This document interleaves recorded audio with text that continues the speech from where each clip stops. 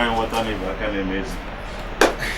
We're not pushing it, we're not going to and not because of your support. If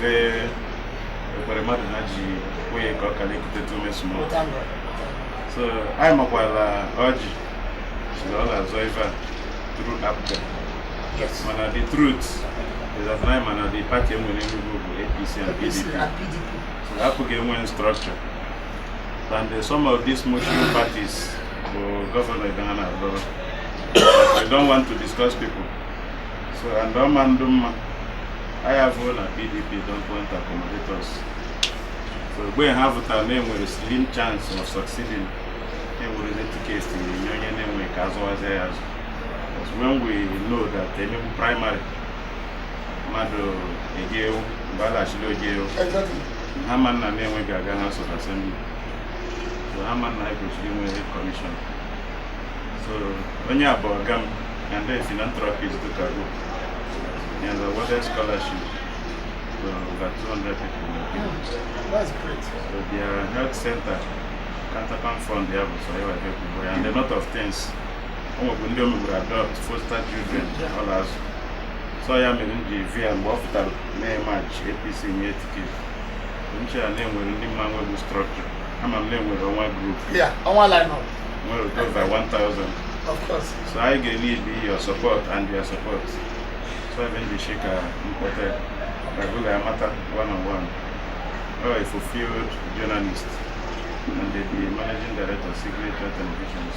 Okay. So, you're welcome. Both home and everywhere, all are here to start us. And by being a philanthropist, some of you will not wish. And in a Quenya, I'm going to engage their canal. Outside those that Emir abandoned, Buhari, Force on Abia Roy. I don't hear that thing. I'm going to keep the canal. Thank you, sir. Maka ọ bụrụ ebe niile ije a na-emepe mmadụ ụzọ.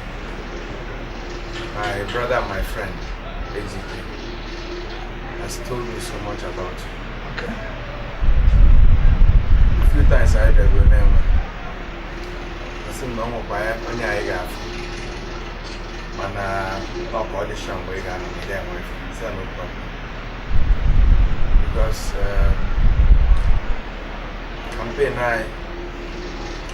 I believe in a power and they're from people. And that the voice of the people is the voice of God. So I've been going there so many times. And the type of visiting them on the street, in markets, in homes, I go to people's home. Okay. Talking to people, telling them what we want yes, to do, exactly. telling them what we think are the problems and the alternative that we are bringing. So I've been there with several. Problem I am when Great Up is not just a small problem, it has become a crisis. So I'm a crisis. Crisis I am where now we give our trust. We gave our mandate to our brothers. Instead of using that mandate to benefit the majority of our people, they've turned it into a culture, into a cabal, where if you're not accepted in that small circle, then you don't get anything. And whatever that comes, for just them, their relations, their friends, and their cronies. This has happened for a long time. And rather than bring development to Great Up, it is taking development away. Nibani at Great Up decided about 8 years ago. I chose an team election, I named attention, and so exactly. both for that said and I know now the way it used to happen. I say I need to go and buy a papachai. I send the car that meant 8 years. We were the first, my local government were the first, because the man who was on seat that time whenever.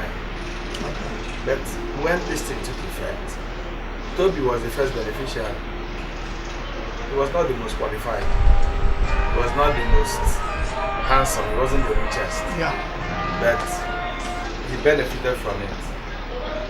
And we all campaigned for him in our different locations. We went with him on campaign for the second term, which was not supposed to be. He was supposed to be there for 4 years to complete the obtainium. Yeah.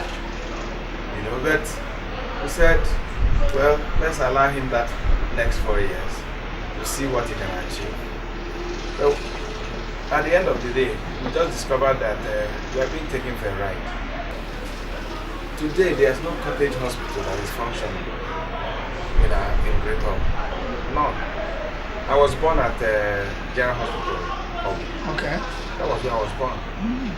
And my parents told me that it was one of the best around here.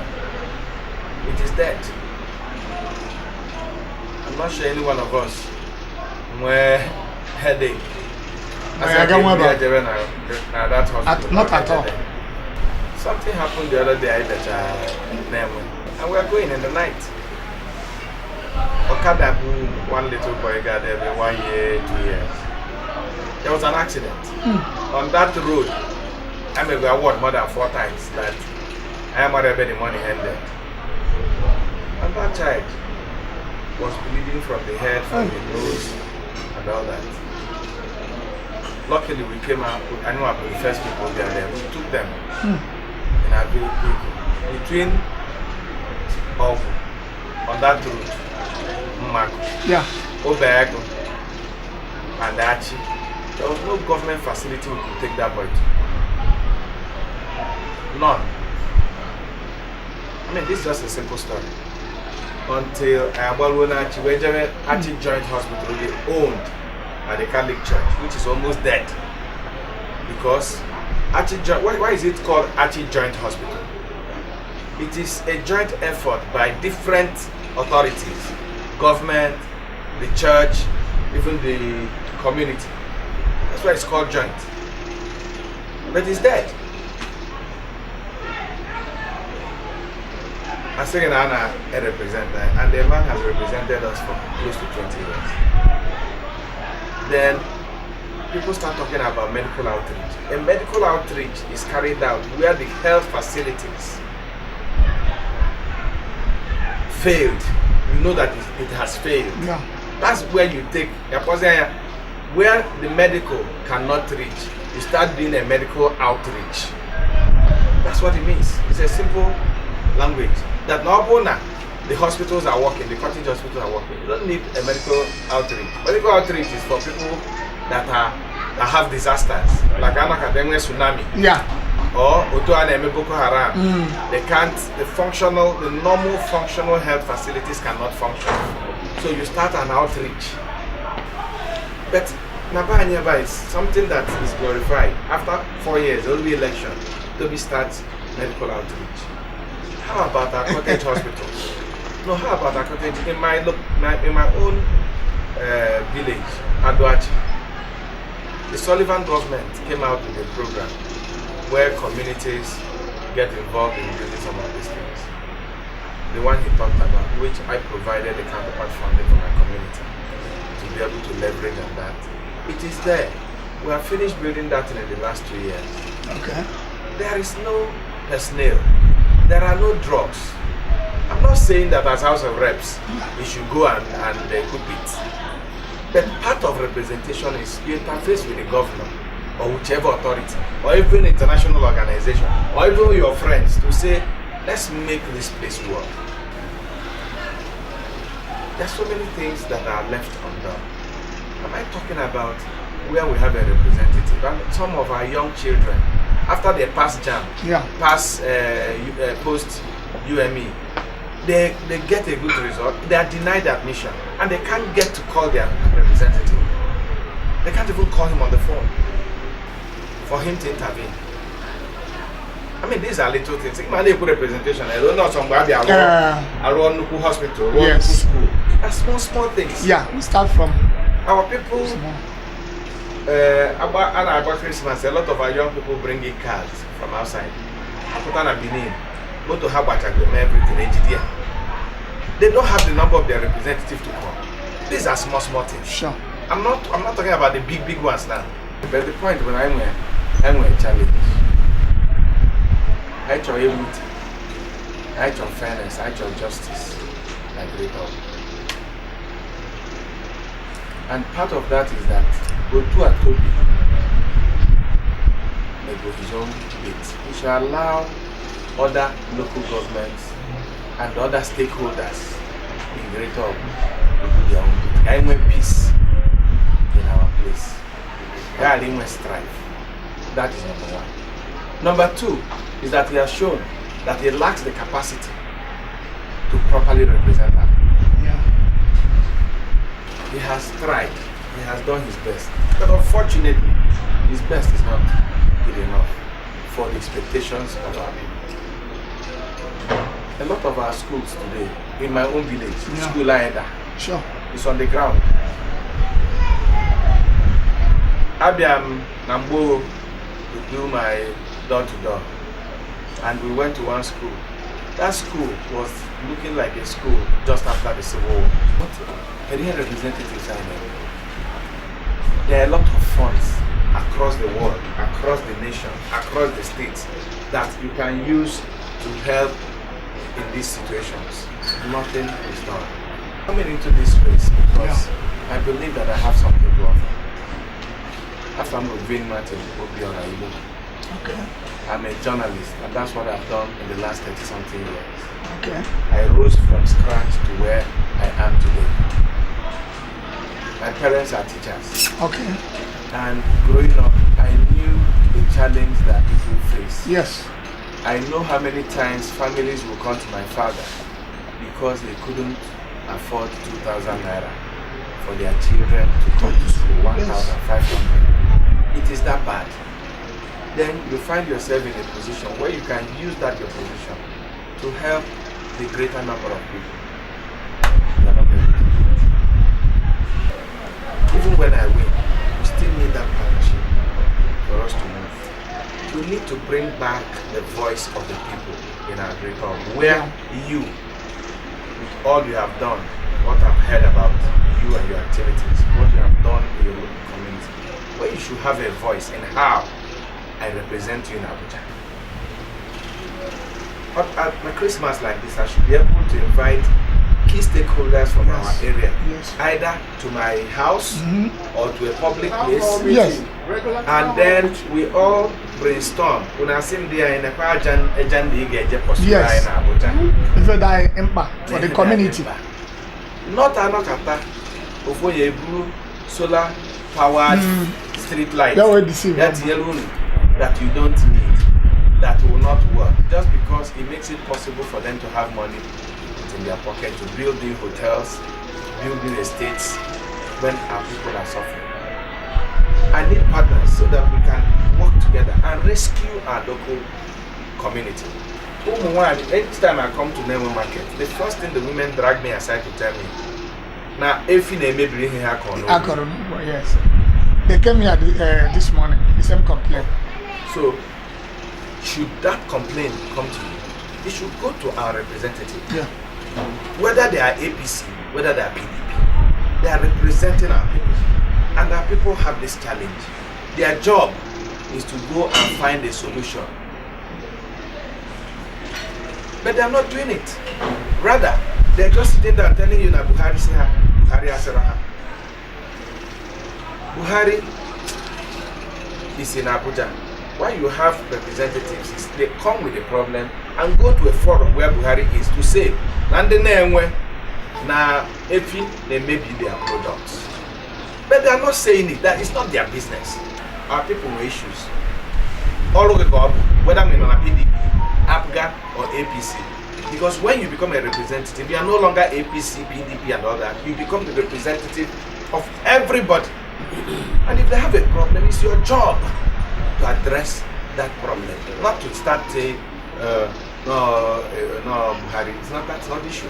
Saying that I understand the problem, I am qualified to go there and argue with the rest of Nigeria to bring what belongs to us. Yeah.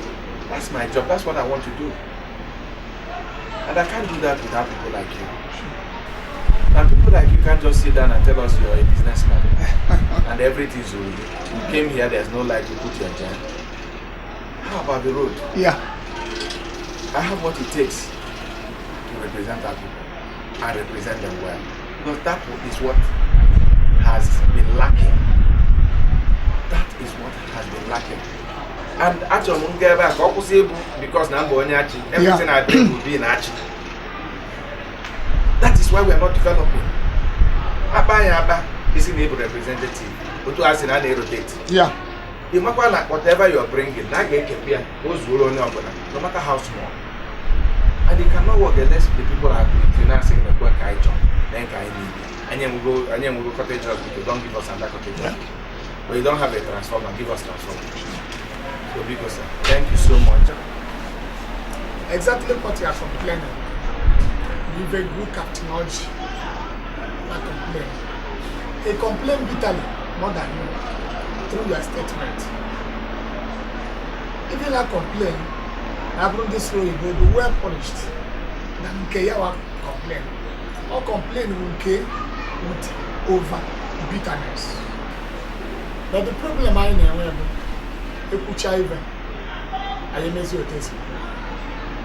even in my community today, we have 3 communities making Abada, which we know. Out of the 3 communities making Abada, anything will be I make the 3 communities. I make shift. Rotation.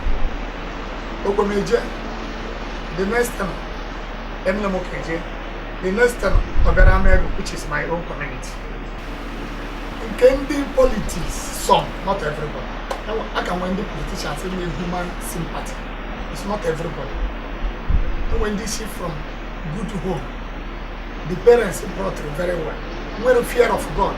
Because anything you are doing in life as a man or as a human being, and if you don't have fear of God, it's zero nonsense as far as I'm concerned. God first. I didn't have enough. But in the little one, when you do okay, to carry my people along. I'm fully in support. More especially this Nenwe. Oburu Nenwe, Messiah Chukuye with an eye. Let God hear our cry and bring the Messiah. We will support the Messiah by special grace of God. We need a change. We suffer so much in time for politics. My community, nothing like transformer. Transformer is in how much? Nothing. I requested to the local government channel. He promised at the end of the day, after the election, I went ahead and run transformer by myself. Because I cannot fold my hand. My people are just complaining, crying day and night. I put the street light to the whole community. Immediately it is 6 o'clock. You will see light everywhere. Till 4 o'clock early morning. What the job? That is exactly H.O.R. and all these people that are representing us to do for us. Okay, I can afford diesel and put to jail. How about the poor people who cannot afford that? Truly, we have one line. We are in many. I sponsor them. They are not there for politics. So, the area I'm going, Obuna Chineke, Metugakana Mo, Mobunu Nijawaba represent here. You remember the poor. One name wouldn't even a fiam.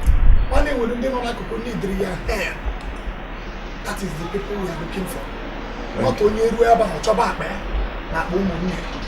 all these things, as far as I'm concerned, is nonsense. Vanity. You were 3 100 pieces. In the night, you went to one room and slept and woke up. You can't sleep in 2 rooms at the same time. It's not possible. So why can't you give people water to drink? They will pray for you.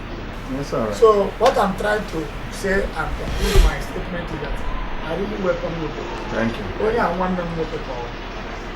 Also, how many people are there? But even one have who will carry us along. Only that one is you. I go back and say, I'm not going to stand there to buy our vote, la fear, sit down to our vote. I don't take my word, my malad hand, or possible. Although possible.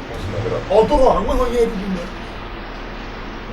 also going to vote in my word 5 times. I want it by special grace of God. As far as us know, come and cast your vote. That's why we know that. That's why we're here. So we must want it. So my brother, Amen. I will support you. Amen. I will support you.